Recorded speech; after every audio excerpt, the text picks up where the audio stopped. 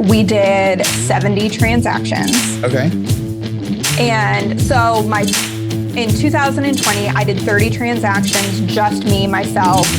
I brought 2 more people onto my team in April of 2021. And from April of 2021 to the end of the year, we did 70.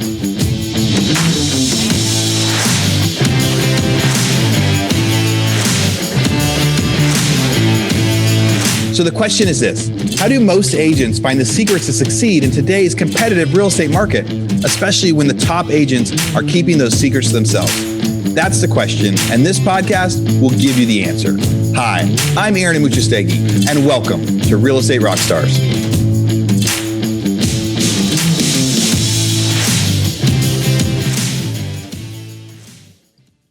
Recording in progress. Real Estate Rockstars. This is Aaron Amuchastegui. Today I get to interview Courtney Hatfield.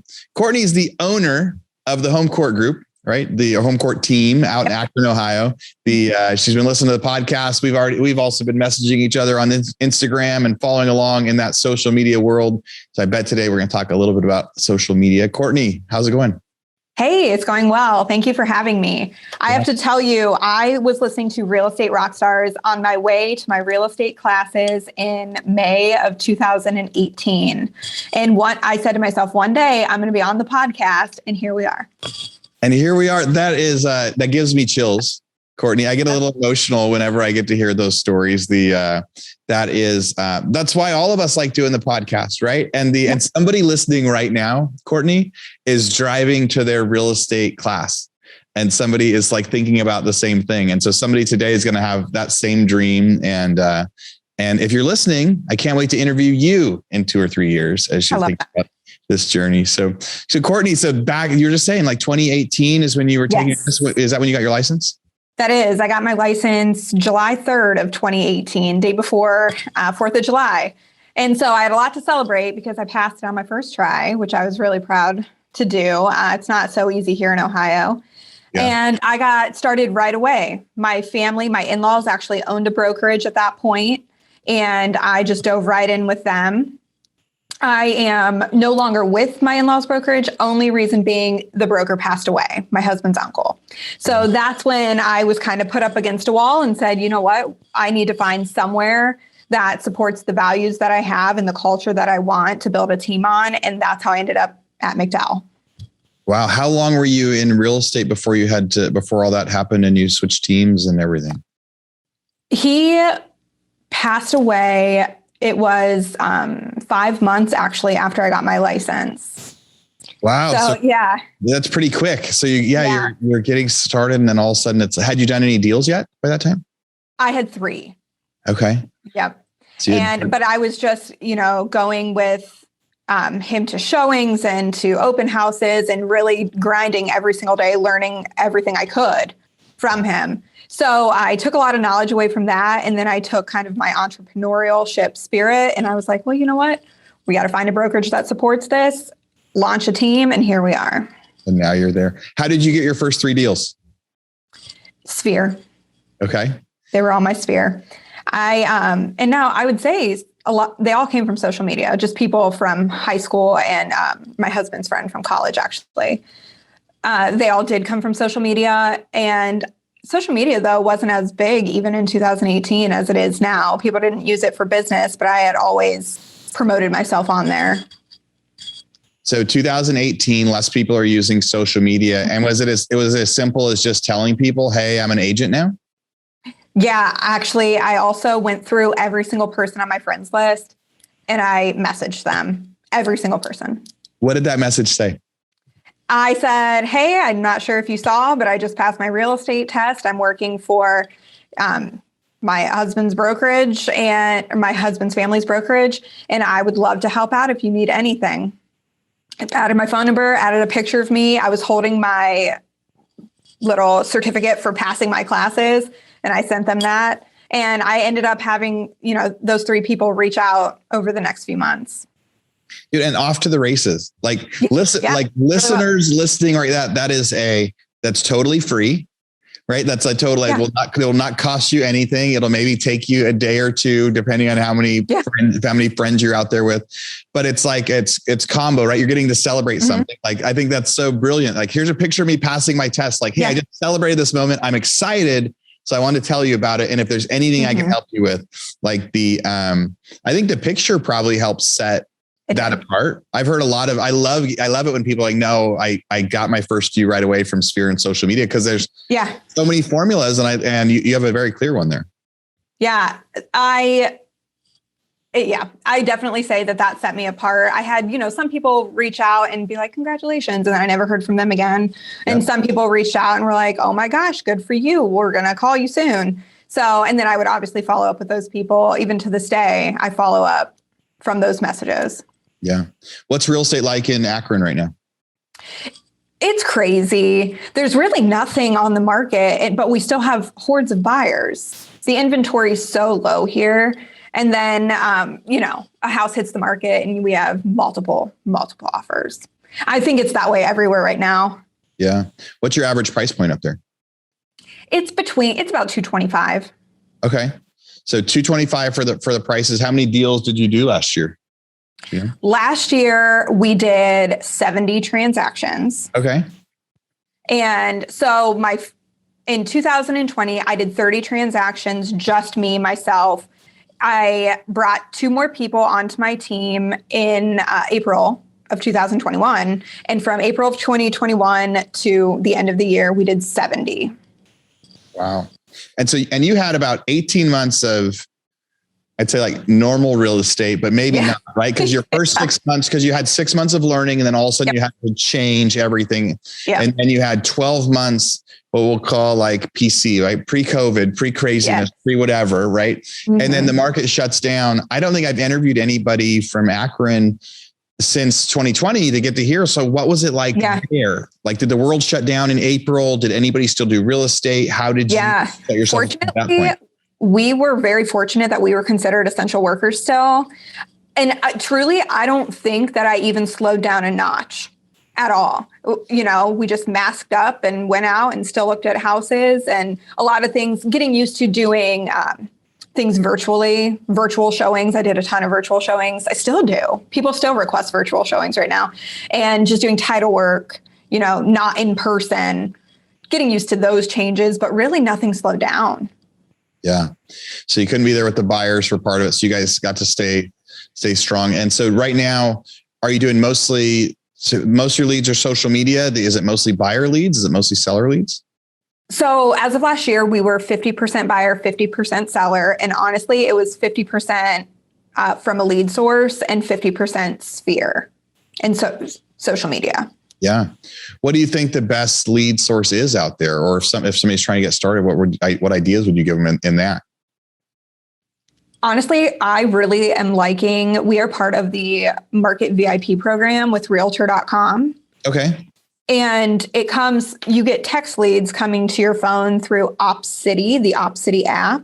I don't know if you've heard of that. And you just claim them and then somebody calls. It's a live transfer. It's already warm. It's already been scrubbed. Yes, they have an agent. No, they don't have an agent. This is where they're looking. This is what they want.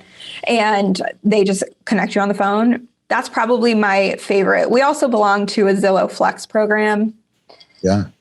I don't not like it. We still get good leads, but with Zillow, we do have to pay that referral fee out. Yeah. It's like a different fee. I love that strategy, right? So because so many people that are creating organic social media type buyers, most of the time that's as a buyer's agent. Because most of the time it's somebody buying their first house. Because if somebody had a great experience buying their first house with somebody, usually they're listing with that person later. Yes. So the social media, you don't get quite as many listing leads unless somebody's like totally an investor from somewhere else or they inherited the property. Like I posted a thing on my social media a few minutes ago. I need a real estate agent in Wichita Falls. So I'm like, all right, who do I know in Wichita Falls? I got an investment up there. I need to sell it. So that's going to be a listing lead for somebody, right? When they reach back out. But a referral for you. Yeah. And it's like it's really quick, like who's out there for listing, but most of the time it's on that buyer side. So you're organically creating buyers and then you're using the lead sources.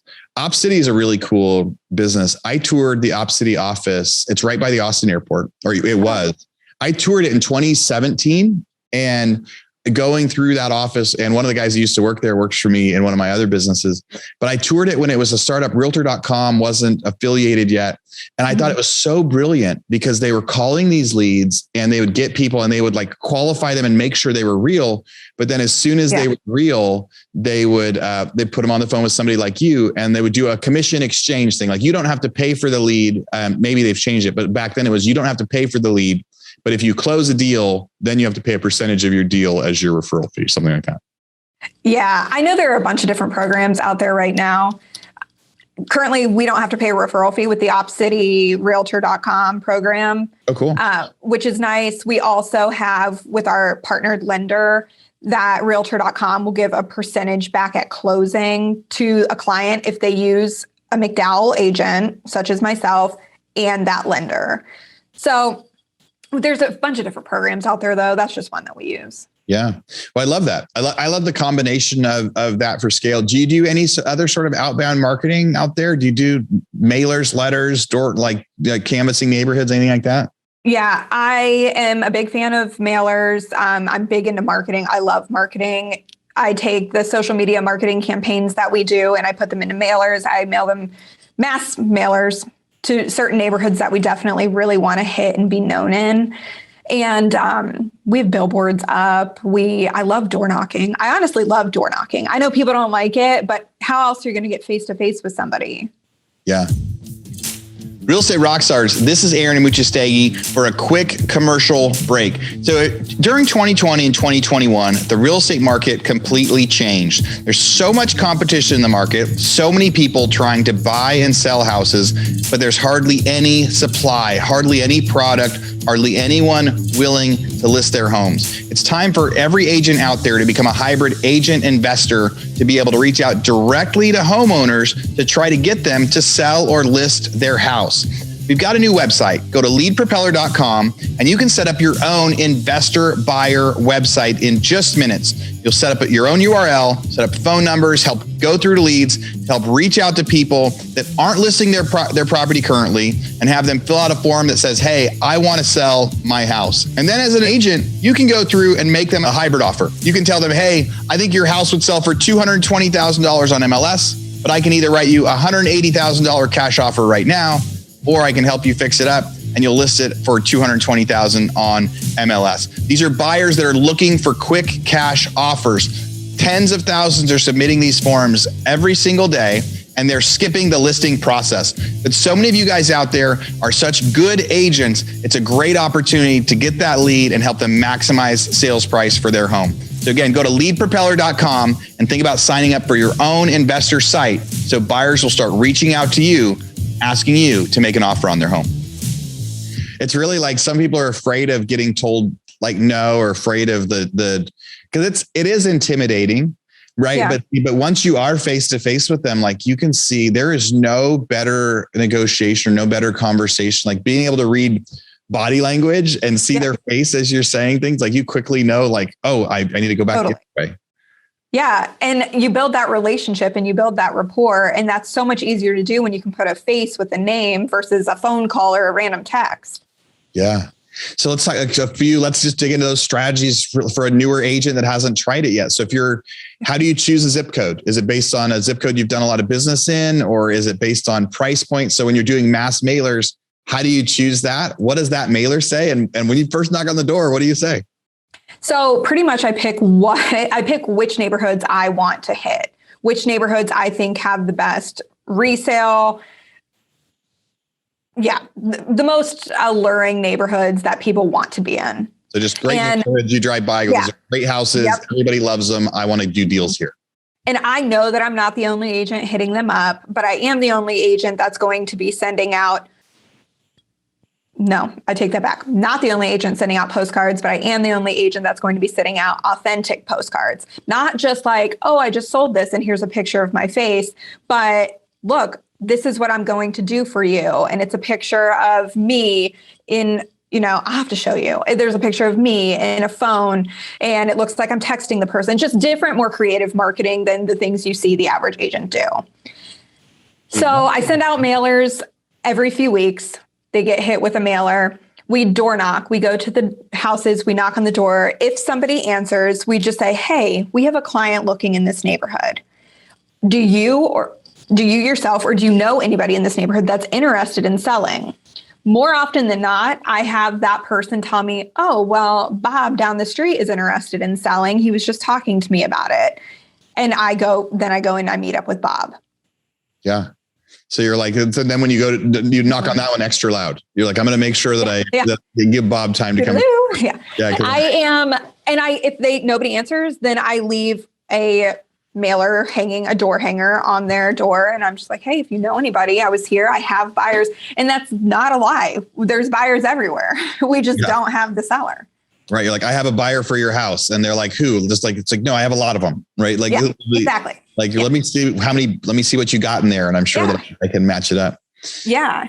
More time than any time, right? That we could say that, like, I've got a buyer for your house. Are you interested right now? Because it's funny. Yeah. The courthouse steps, people are buying foreclosures on the courthouse steps. They're starting to come back a little bit. One of my businesses that I used to do a ton of was I used to buy a ton of foreclosures on the courthouse steps as fix and flips. Right. And then when COVID hit, the sales, the amount of sales went way down because of all the moratoriums, but people now are buying them on there. Like agents are buying there, or normal buyers. It's not a huge discount anymore. It's just a house for sale. Like there was a house sold this last week and it was like, so if it was on MLS, it would be 240 and it sold at auction for 225. Like all that was like 240 minus commissions, and somebody's selling a foreclosure like kind of sight unseen, like they could look in the windows, but that's how crazy the housing market is.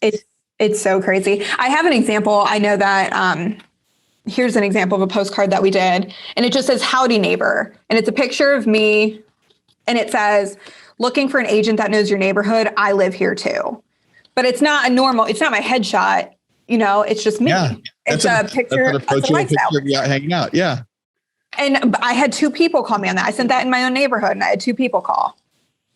Yeah. I'm glad that you were able to show that. And so for people that aren't on YouTube, you can get on the YouTube page and see some of that. But I think it's a great example, being able to differentiate yourself as, I live here too.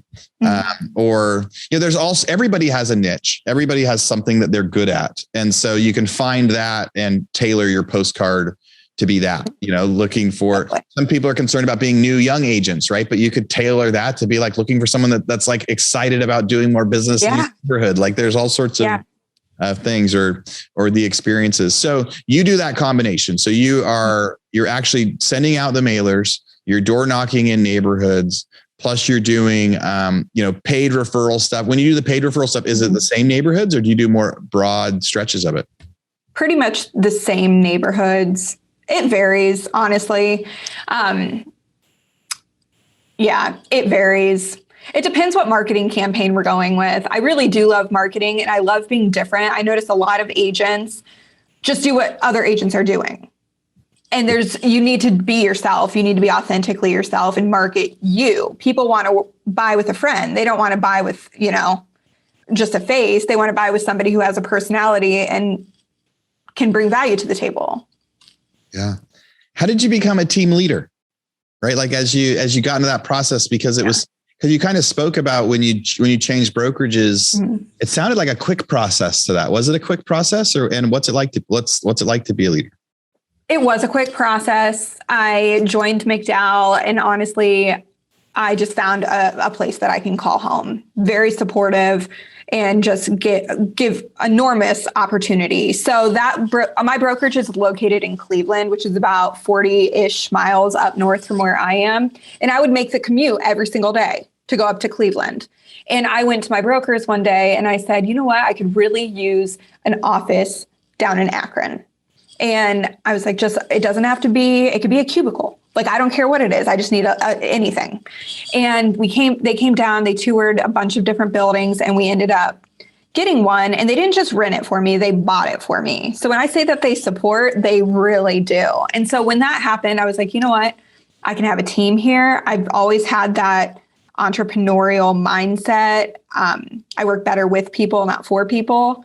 So that's the atmosphere that I wanted. And I've grown my team very organically. People have come to me and asked, and that I really like. I have a good group of girls that work for me. That's an incredible ownership, right? Like some incredible owners, incredible people to work for, that they saw something in you that said, let's invest big and let's see how, what Courtney can do. Right. Yeah. And that worked as two things. They gave you space to be able to grow, and also the design, like then you wanted to grow, like for them and with them and for yourself. 100%. I was like, I've never had that amount of support in a career choice of mine. And we have this beautiful office building. We're on a lake in Akron. I'm staring at the water right now as we speak. It's just, I couldn't be where I am without them. And it's so important to find a brokerage that supports you. Yeah. Hey, Real Estate Rockstars. This is Aaron Buchestegi, and I'm interrupting myself to bring you this commercial break from one of our sponsors. And I know you guys would much rather listen to the content and not the ads and not the sponsors, but this is one that I'm actually super, super excited with.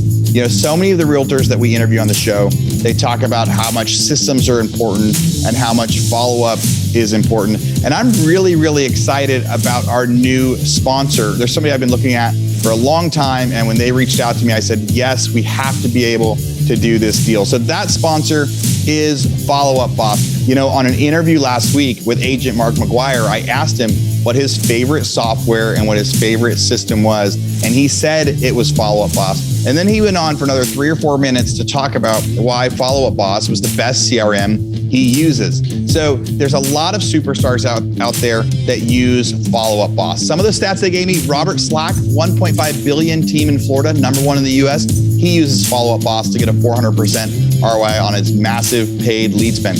Deborah Beagle, co-owner of the Ashton Group in Nashville, uses Follow Up Boss to guarantee that agents who join her team get 2 homes under contract in the first 90 days. That's a big guarantee for new agents. Barry Jenkins of Your Friends in Real Estate uses Follow Up Boss to automate everything so his team can produce $200 million on 25-hour work weeks. All right, so here's an offer. You guys are going to get this special for being Real Estate Rockstars listeners. Now, I've used Follow Up Boss. We've actually used it in our non-real estate businesses as well, because it's so good at being able to set timers, set automatic texting and emailing, and what do you know? Best name ever, Follow Up. So here's what we got.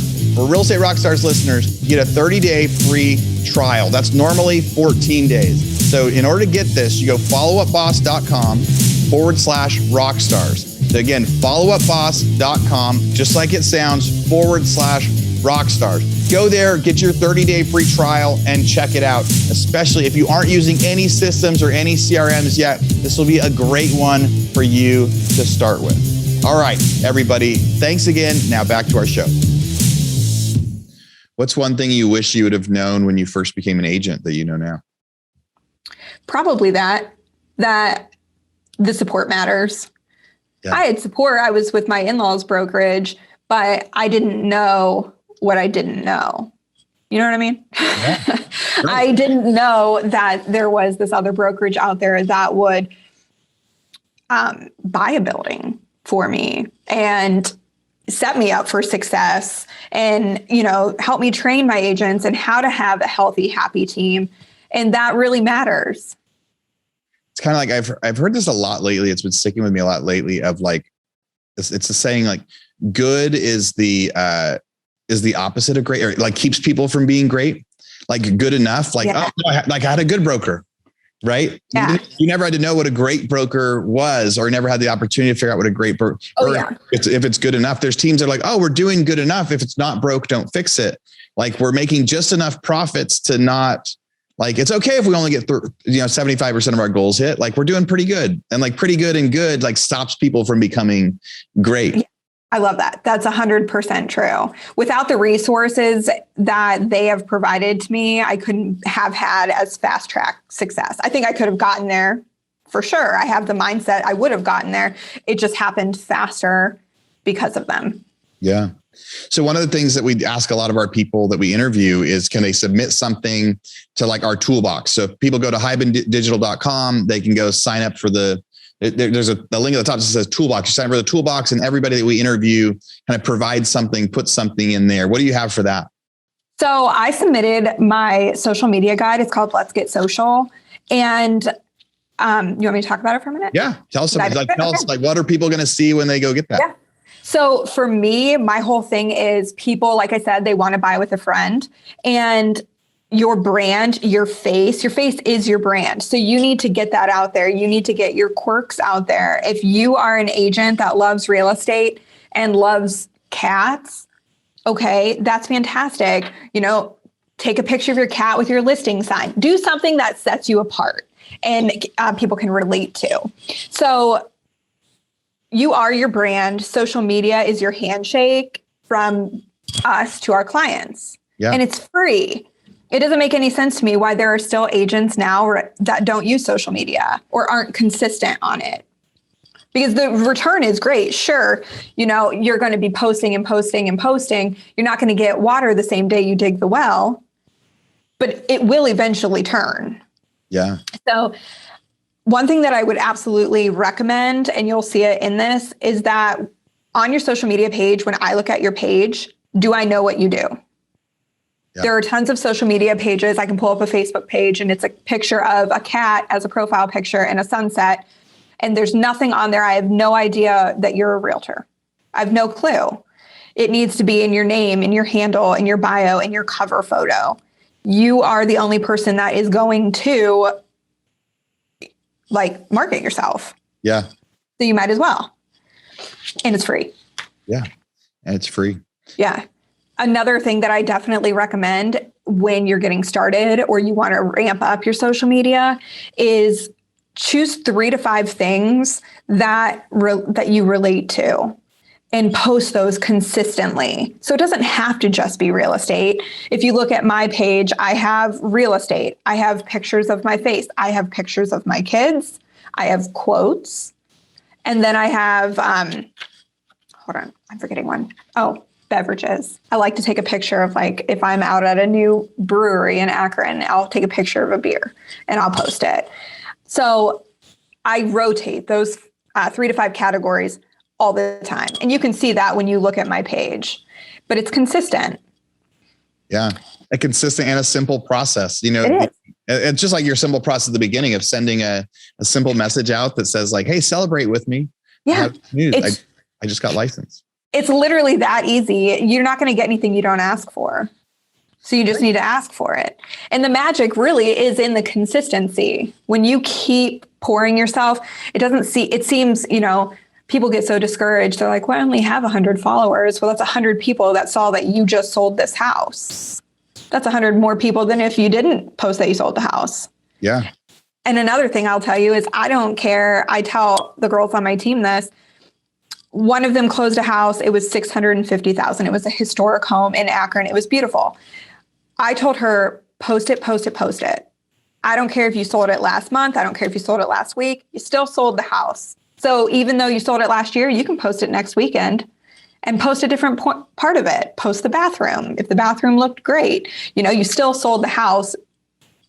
Advertise for yourself. Yeah. And then one of the other things that I would just say is, I heard this quote and I love this quote. It's, if Zillow is doing a better job at staying in touch with your past clients, there's a problem.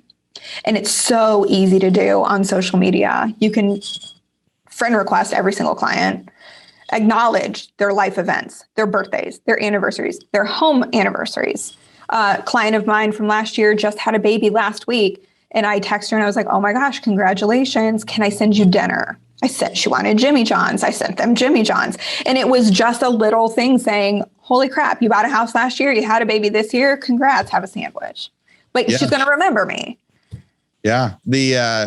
So one challenge I think people have with social media is they get worried that as they get deeper and deeper into social media, they can't actually do work anymore. Right? It's almost it's tough to actually get work done. Yeah. If they're so deep in social media, and you have a bunch of checklists there. Do you time block it? Do you do it once a day? Do you do it lots of times throughout the day? How do you how can you, because it sounds like you're doing a great job. I'm looking at your social media, seeing that interaction. Mm-hmm. I think you're crushing that. How do you make sure that you don't live inside there? It definitely can be hard because, social media is like a vortex. You get sucked in. It's a time. I get caught up in there myself, and I know that, and I'm like the ultimate, like when I'm coaching people, like, no, like don't have distractions, like focus, you'll get a bunch done. But I love getting sucked into the vortex too. I'm just as guilty of it. It's hard. It really is hard. One thing, I do plan out my posts a lot, and on the top of my Google Calendar every day, I have like post a quote, post a photo, and it just reminds me, okay, hop on. It's set for 5:30 every morning. Hop on, post it, and then hop back off. Yeah. I do spend a good amount of time in my Instagram stories, just documenting what I'm doing throughout the day. That to me needs to happen every single day. People want to see what you're up to. They want to see the houses you're going through. It doesn't need to be a post.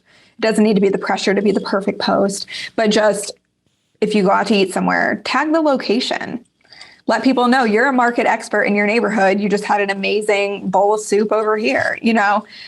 There's so many different ways you can use it. You just have to really be diligent. Yeah. Social media has really, real estate is such a personal business, right? Like anybody that you do business with in real estate, it is so personal to where they want to know you. And social media has made it so much easier, I think, like it's affected a lot of different businesses, but I think it has really helped agents so much because so much of that learning to trust somebody. I interview guys that are really big on YouTube, and they said by the time they get the call, people are like, I already know you. By the time there's so many people that I've like had so many conversations with on Instagram that before I interview them or before I talk to them, I feel like I know them already. Like I think social media has made so much of that easier.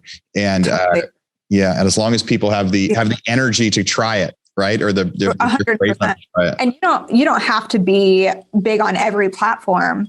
I think you should be present on every platform, but everyone has their own niche.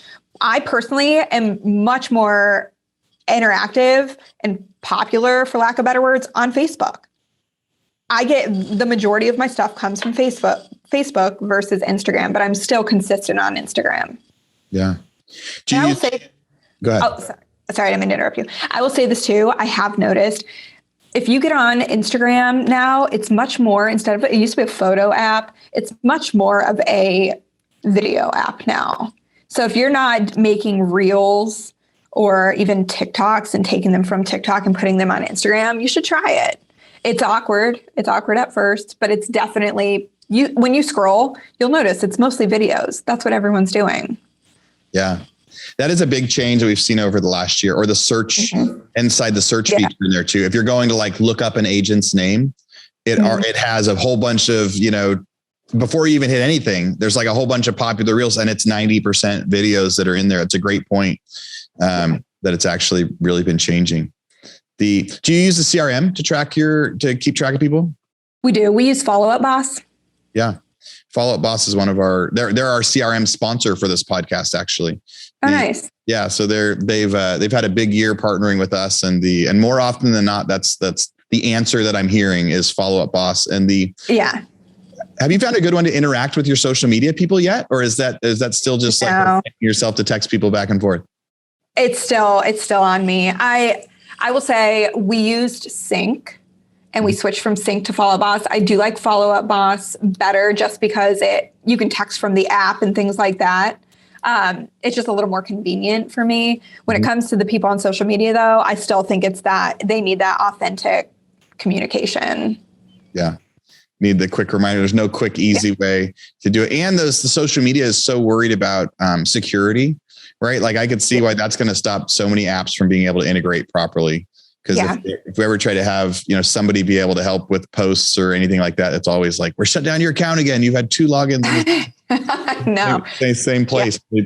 They don't make planning easy. Is part of your stuff, you put the toolbox like that calendar? Like, are you recommending, like, do you have anything in there that says like, do photos, whichever? I totally can. I can send you. I have one. Yeah.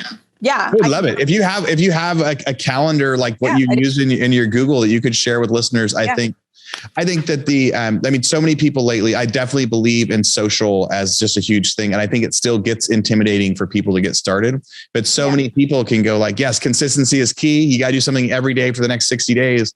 And if there's a little plan that makes it easier, like that's so huge for people. So I can show it to you. I have this. It's just a social media content calendar, but then I have mine underneath. So you can see exactly what it is. So I have post a picture of your face on Monday. Tuesday, post a quote. Wednesday, post a house. Thursday, post pets or kids. Photos of faces get 38% more likes and interaction than photos without. And if your face is your brand, it just only makes sense to post it. Yeah. That is great. That is some really, really good info. So what's your goal for this next year? Okay. My goal is 25 million. We did 14 million last year. My goal is 25 million this year. I have high hopes. I think we're going to do it. Yeah. How much you do? In the first 2 months, we have 5 million. Okay. So I think we'll hit that. I'm hoping so. That's a lot of offices and a big increase. Like you're talking like that's your goal at a $250,000 average price point, right? Isn't that what you said? Yeah. Yep. Yeah. How many people on your team? Right now I have 3 full-time agents. I have an agent that just had a baby, and then I have another agent who's she just took her test yesterday, so she hasn't started yet. Awesome. So you're a team within a brokerage. You're a team that kind of has your own office within a brokerage. Are you responsible for like admin stuff and like transaction coordinators? Like, how do you tell people a little bit about like running a business, like, and the things that maybe we don't talk about enough on here about, like, how did you set up your business? How do you organize it? That sort of thing. Yeah. So we do have an admin. Her name is Rachel. She's fantastic. Anytime we get a deal under contract, once it's fully executed, we submit it to her and she sends everything out to the to title and to the other agent and to the lender. And that really helps. It really helps us because we can take more time to go meet more people then, instead of doing so much of the back work. And then, if there's a situation within the contract or whatever, we still make those changes, but she handles everything off the bat for us. So we do have an admin and we do have an ISA. So she answers. It's not always possible to answer your phone when a lead comes through. So if we miss it, she will answer it for us, set the appointment for us, scrub them, see, are you pre-approved? Do you need to talk to a lender? Do you have an agent? A lot of people just don't even know how it works, honestly. And then she'll set the appointment for us and we'll meet them. That's great. Do you share leads with your team? Do you guys have it like a team? Like, is it a rotating system when stuff is coming in, or how does that work? So I personally don't take leads. I just work my sphere. I give everything out to the team. If it's an ISA lead and she answers the phone because we missed it, she puts it in we have a group me that we're just chatting in, and she'll put it in there and just say, she never says the price because I don't want cherry picking.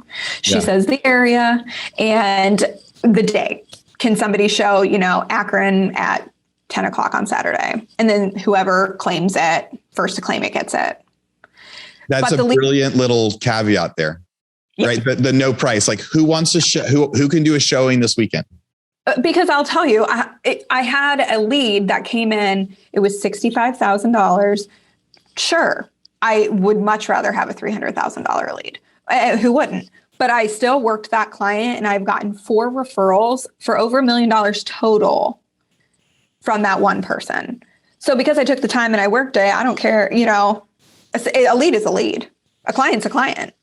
A lead is a lead and a client is a client. And sometimes with newer agents, you got to teach them that, right? They have to figure that out along the way. I just finished interviewing a gal that was talking about, she loves starting with helping people write leases, right? Like the smallest commission ever. Like, I'm going to help them get a lease for their house, because 8 months later, I'm going to reach out to them and say, hey, are you ready to buy a house now? Let's get you qualified. You've only got 4 months left in your lease.